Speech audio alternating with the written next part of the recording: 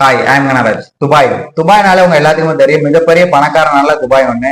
அங்க இருக்க tourist place, அங்க இருக்க பில்டிங், அங்க இருக்க டெக்னீஷியன்ஸ் எல்லாம் உலக நாடுகளை மிகப்பெரிய வரல வச்ச ஒரு நாடா துபாய் தான். கடந்த 20 வருஷத்துல மிகப்பெரிய ஒரு அசுர வளர்ச்சி அடைஞ்ச துபாய் நாடு இப்ப வந்திருக்கிற ஒரு மிகப்பெரிய கனமழையை தாக்கு பிடிக்காது ஏன் அப்படின்னு சொல்லிட்டு உலக வல்லுநர்கள் ஃபுல்லா கேள்வி கேட்டுட்டு இருக்கிறாங்க.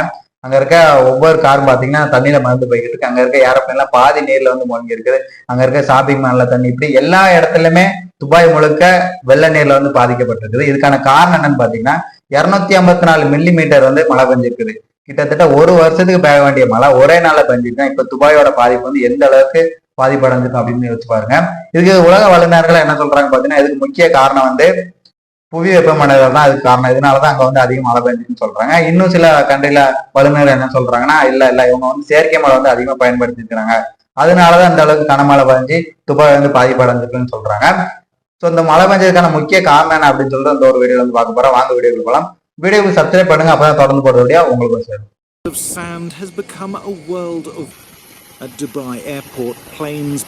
துபாயில திங்கக்கிழமை 2 மணிக்கு நம்ம ஊர்லாம் பாத்தீங்கன்னா எந்த அளவுக்கு வெயில் கொளுத்திட்டு இருக்கும். ஆனா துபாயில பாத்தீங்கன்னா மதியம் 2 மணிக்கு மேகம் ஃபுல்லா அப்படியே கருப்பு கலர்ல மாறுது. அங்க இருக்க மக்கள் எல்லாமே பயப்பட ஆரம்பிக்கிறாங்க. எதனால அந்த அளவுக்கு கருப்பு கலர்ல மாறுது அப்படின்னு சொல்லிட்டு ஏற்கனவே 2 நாளைக்கு முன்னாடி துபாயோட வானிலை ஆய்வு என்ன சொல்லியிருக்காங்கன்னா, இந்த வளைகுடாவில இருந்து புயல் அதிகமா வரும், அதனால மக்களும் எச்சரிக்கையா இருந்துக்கோங்க அப்படின்னு சொல்லிட்டு ஒரு அறிவிப்பு விட்டுருந்தாங்க. ஆனா மக்கள் இந்த அளவுக்கு கனமழை பெய்யும் அப்படின்னு சொல்லிட்டு எந்த மக்களுமே எதிர்பார்த்திருக்க மாட்டாங்க. ஏன்னா 75 ஆண்டுகளை பெய்யாத வரலாறு காணாத மழை இப்ப துபாயில பதிவாயிருக்குது. கிட்டத்தட்ட ஒரு வருஷத்துக்கு பெய்ய வேண்டிய மழை ஒரே நாள்ல பெஞ்சிருக்குன்னா அப்ப எந்த அளவுக்கு பாதிப்பு துபாயில நடந்திருக்குன்னு யோசிச்சு பாத்துக்கோங்க.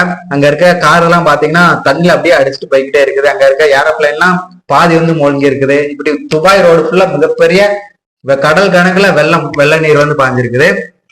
இந்த அளவுக்கு மிகப்பெரிய கனமழைக்கான காரணம் என்ன அப்படின்னு சொல்லிட்டு உலகத்துல இருக்க வானிலை ஆய்வாளர்லாம் பல கருத்துக்களை சொல்லிக்கிட்டு இருக்கிறாங்க. முதல் கருத்து என்னன்னு பாத்தீங்கன்னா, இந்த அளவுக்கு மழை பெய்யறதுக்கான காரணம் புவி வெப்பமடைதல் தான் ஒரு முக்கிய காரணமா இருக்கு அப்படின்னு சொல்லிட்டு உலக வானிலை ஆய்வாளர்லாம் சொல்லிக்கிட்டு இருக்கிறாங்க. இப்போ புவி வெப்பமடைதல் அதெல்லாம் என்னன்னு பாத்தீங்கன்னா, பூமியை எடுத்துக்கிட்டீங்கன்னா சராசரி வெப்பநிலை எவ்வளவு பாத்தீங்கன்னா 0.8 டிகிரி செல்சியஸ் தான் இருந்துச்சு. இப்ப இந்தியாவை எடுத்துக்கிட்டீங்கன்னா 1.1 டிகிரி செல்சியஸ் தான் வெப்பநிலை இந்தியாவில இருக்குது.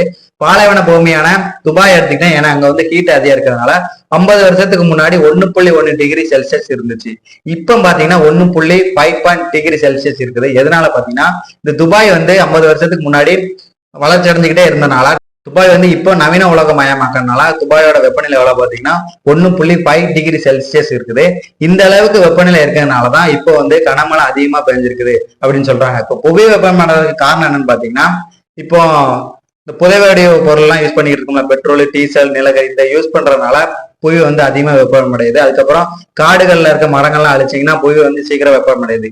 புவி சீக்கிரமா வெப்பமடைறதுனால காலநிலை மாற்றம் ஏற்பட்டுக்கிட்டு இருக்கு. இந்த காலநிலை மாற்றம் ஏற்படுனா மழை பெய்த நேரத்துல வெயில் அடிக்கும், வெயில் அடிக்கிற நேரத்துல மழை பெய்யும் அப்படின்னு சொல்லிட்டு மாறி மாறி பெஞ்சிக்கிட்டு இருக்கும். இதனாலதான் துபாயில கனமழை இந்த அளவுக்கு பெஞ்சிட்டு இருக்குன்னு உலக வானிலை ஆய்வாளர்னு சொல்லியிருக்கிறாங்க. இன்னொரு கருத்து என்னன்னு பாத்தீங்கன்னா, இந்த துபாய் மிகப்பெரிய ஒரு தவறை தொடர்ந்து செஞ்சுக்கிட்டு இருக்காங்க. அது என்னன்னு பாத்தீங்கன்னா, செயற்கை மலை அவங்க உருவாக்கிட்டு இருந்தாங்க. அந்த செயற்கை மலையோட பாதிப்பு தான் இந்த அளவுக்கு துபாய் பாதிப்படைய வச்சிருக்கு அப்படின்னு சொல்லிட்டு சொல்லியிருக்கிறாங்க. செயற்கை மலைனா என்னன்னு பாத்தீங்கன்னா, இப்ப பொதுவா மழை எப்படி போயிருதுன்னா கடல்ல இருந்து நீராவியா போய் மேகத்தை குளிர்விச்சனால மழை பெஞ்சிட்டு இருக்குது. ஆனா செயற்கை மலை அப்படி கிடையாது. மனிதனால் உருவாக்கப்பட்ட மழை தான் செயற்கை மலை.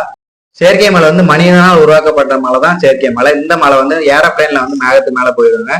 அங்க போயிட்டு அங்க இருக்க ஒரு மாதிரியான வேதிப்பொருட்கள், உப்பு கியூரி அப்படின்னு சொல்லிட்டு ஒரு மாதிரியான வேதிப்பொருட்களை இந்த மேகத்து மேல போடுவாங்க. அந்த மேகத்து மேல போட்டோம்னா மேக குளிர்விச்சு மழை பெய்யும். இதுதான் செயற்கை மலை.